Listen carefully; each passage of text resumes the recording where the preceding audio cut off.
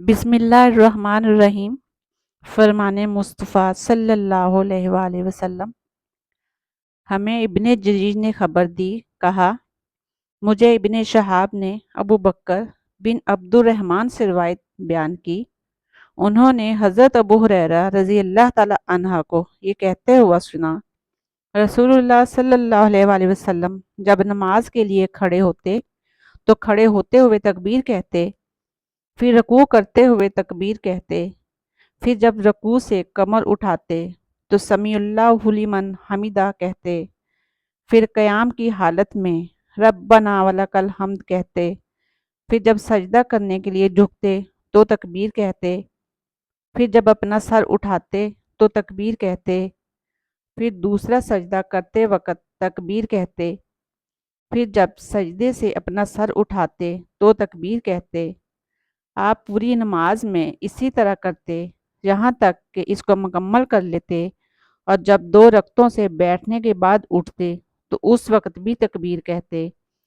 پھر ابو ہریرہ رضی اللہ تعالی عنہ کہتے، میں نماز میں تم سب کی نسبت رسول اللہ صلی اللہ علیہ وآلہ وسلم کے ساتھ زیادہ مشابہ ہوں۔ یحییٰ بن ابی کثیر نے ابو سلمہ سے روایت کی کہ حضرت ابو ہریرہ رضی اللہ تعالی عنہ نماز میں جب بھی سر اٹھاتے اور جھکاتے تکبیر کہتے۔ اس پر ہم نے کہا، ابو ہریرہ یہ تکبیر کیا ہے؟ انہوں نے کہا، یقیناً یہی رسول اللہ صلی اللہ علیہ وآلہ وسلم کی نماز ہے۔ اعمش نے ابو صالح سے اور انہوں نے حضرت ابو ہریرہ رضی اللہ تعالی عنہ سے روایت کی کہ نبی اکرم صلی اللہ علیہ وآلہ وسلم نے فرمایا، شیطان جب نماز کے لیے پکار کی آواز سنتا ہے تو گوز مارتا ہوا بھاگتا ہے تاکہ مؤذن کی آواز نہ سن سکے، پھر جب مؤذن خاموش ہو جاتا ہے تو واپس آتا ہے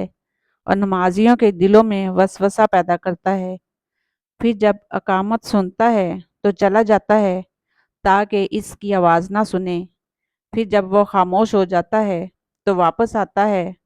اور لوگوں کے دلوں میں وسوسہ ڈالتا ہے۔